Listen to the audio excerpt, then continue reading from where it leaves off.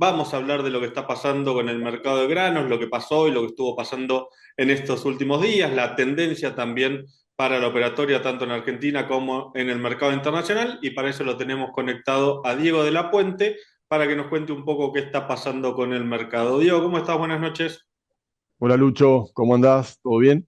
Bien, por suerte todo tranquilo. Bueno, a ver, venís de gira, venís de hablar con muchos productores, así que voy a empezar a preguntarte por el mercado local, después vamos, si querés, al mercado internacional, pero quiero primero que me digas cómo estás viendo al productor hoy, cómo estás viendo que se mueve dentro de este mercado que tiene volatilidad y que también tiene algunas oportunidades para los productores. Bueno, digamos, el productor está expectante, diría yo, ¿no? Tiene una variable menos para poder sopesar en el corto plazo, que es la variable de los derechos de exportación, porque esa decisión ya se tomó. Con lo cual, en principio, hasta el 30 de junio no debería haber modificaciones en ese sentido, con lo cual arranca la cosecha gruesa, se está levantando el girasol. He visto muchos lotes, estuve en el oeste de la provincia de Buenos Aires, he visto muchos lotes de girasol cosechándose. Por supuesto, muchos maíces que también, maíces de primera, maíces primicias que se están cosechando. Y la realidad es que, bueno, eh, digamos, estas lluvias que se han dado, sobre todo en el oeste, que ha llovido más allá de la tragedia de Bahía Blanca, por supuesto, si lo miramos desde el punto de vista productivo, en el oeste se han dado lluvias muy importantes, tanto en el oeste de la provincia de Buenos Aires como en La Pampa, y eso se nota, ¿no? Uno ve, va recorriendo la ruta, yo como ingeniero agrónomo que soy, tengo siempre esa inquietud de estar mirando lotes y por ahí bajarme en algún lote de algún cliente, entonces que ya sé que es de algún cliente mío, entonces por ahí me bajo y recorro un poquitito, o por ahí está mi cliente y con él vamos a recorrer un poco para despuntar el vicio, y se nota que los cultivos se han recuperado muchísimo. Por supuesto que los maíces sembrados temprano, que le pegó la seca, el estrés térmico ese que tuvieron esas 2, 3 semanas, lo que se perdió, se perdió.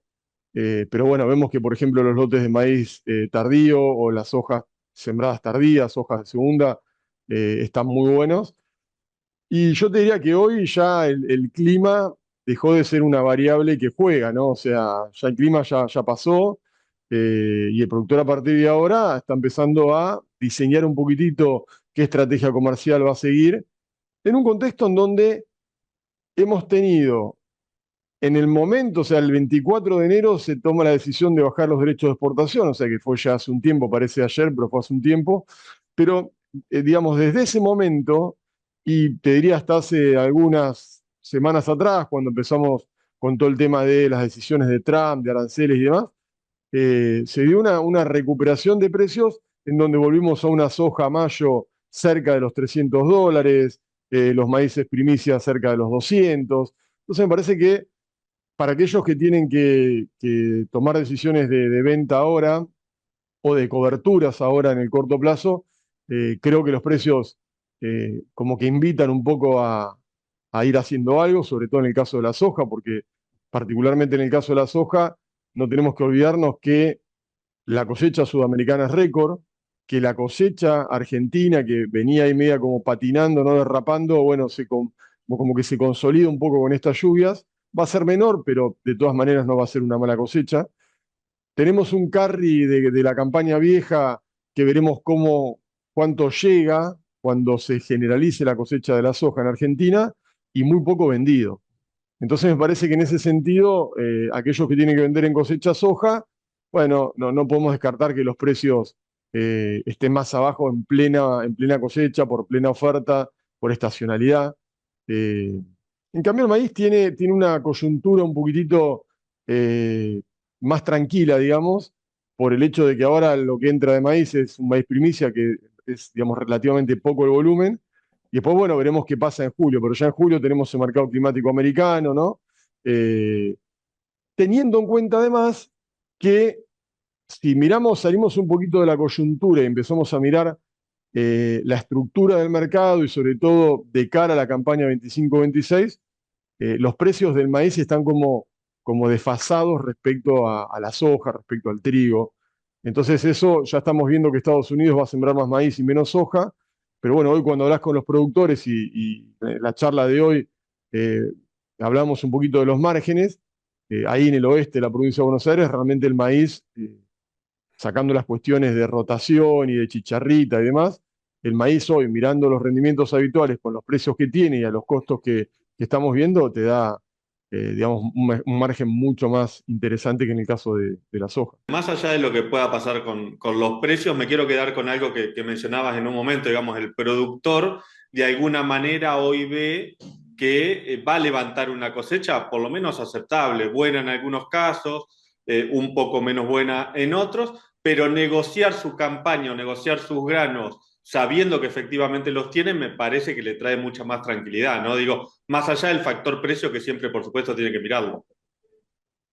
Sí, bueno, está claro, pero la cosecha es la cosecha. Este es un negocio productivo en donde si no tenemos cosecha, todo el resto no importa, y si tenemos cosecha, bueno, digamos, por supuesto que la parte comercial, la parte financiera es muy importante, pero lo primordial es tener cosecha, tener producción.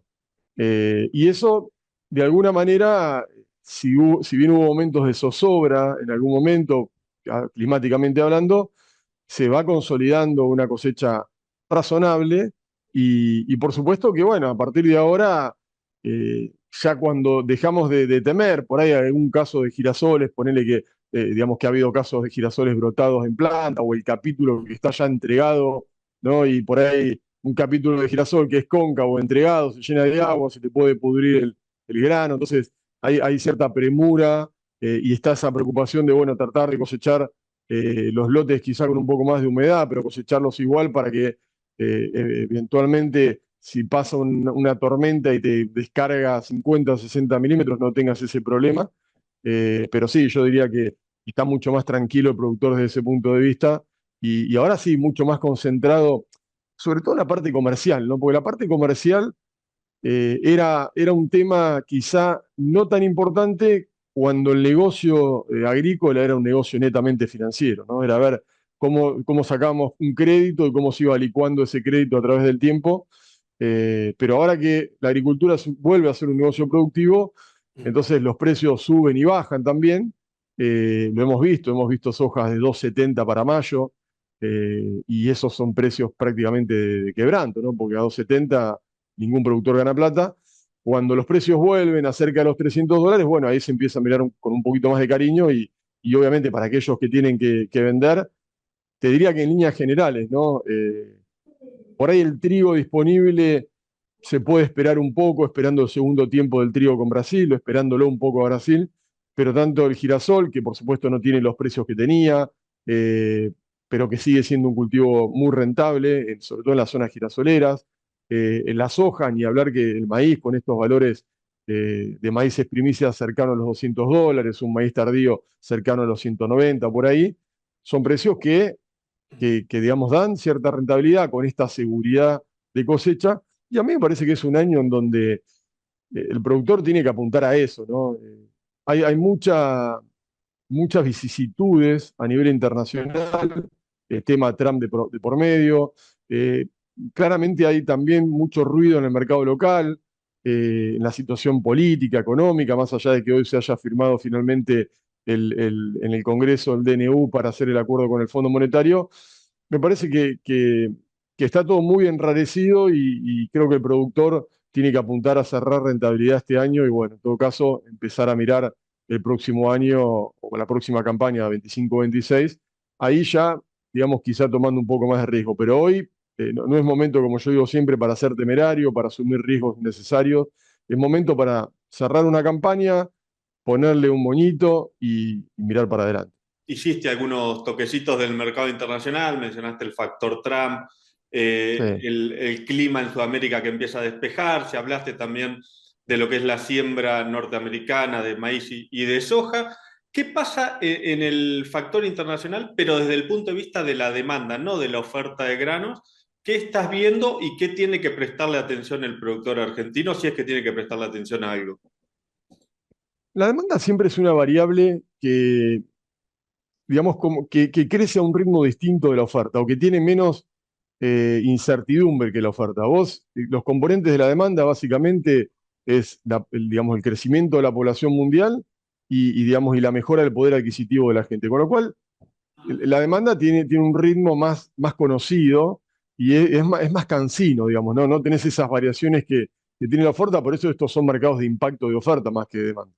Pero hay una cosa muy interesante de la demanda que tiene que ver con las relaciones de precios o los precios relativos. Hoy, por ejemplo, si vos vas a Estados Unidos, tenés, digamos, nunca fue, en los últimos por lo menos 30 años o 35 años, nunca fue tan bueno transformar maíz en carne o transformar harina de soja en carne como ahora. O sea, la relación entre el precio del ganado vivo, el ganado en pie en Estados Unidos y los precios de los granos, que son los que en definitiva utilizás como insumo para el engorde, nunca tuvo una relación tan buena, pero cuando venís a la Argentina pasa un poco lo mismo. O sea, hoy los que producen carne vacuna tienen buenos márgenes, los que producen carne de cerdos tienen buenos márgenes, los tamberos que siempre, o sea, la leche siempre es un tema muy crucial y siempre se habla del cierre de tambos y la gente, los tamberos tirando la leche porque, digamos, le conviene más tirarla que hacer toda la logística para poder venderla.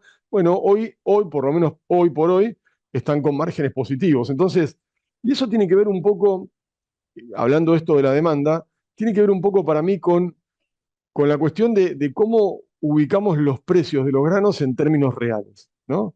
Yo siempre es algo que miro mucho para no confundirme, porque si no uno, digamos, mira los precios en términos nominales y vos decís, bueno, en términos nominales, por ahí los precios pareciera que estuviesen altos o dentro del promedio histórico, pero en términos reales siguen siendo muy bajos. El maíz por ahí recuperó un poco, pero el trigo está en uno de los precios más bajos de la historia, la soja también.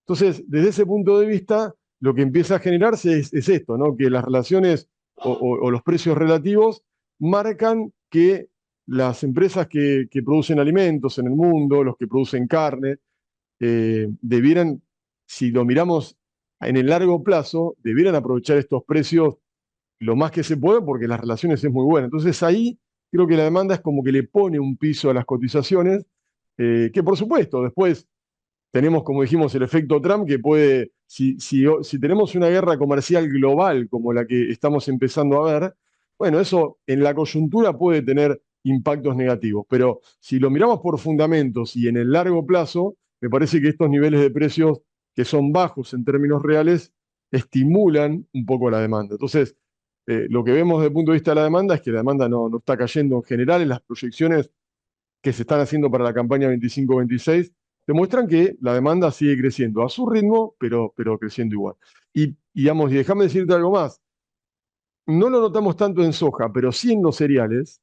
Hemos tenido en los últimos 5 años cosechas récord, por ejemplo, las últimas 5 cosechas de trigo a nivel mundial fueron récord, las últimas 5 cosechas de maíz a nivel mundial fueron intercaladas, una récord, una récord, una no, pero siempre con grandes cosechas, y los stocks en el mundo han caído.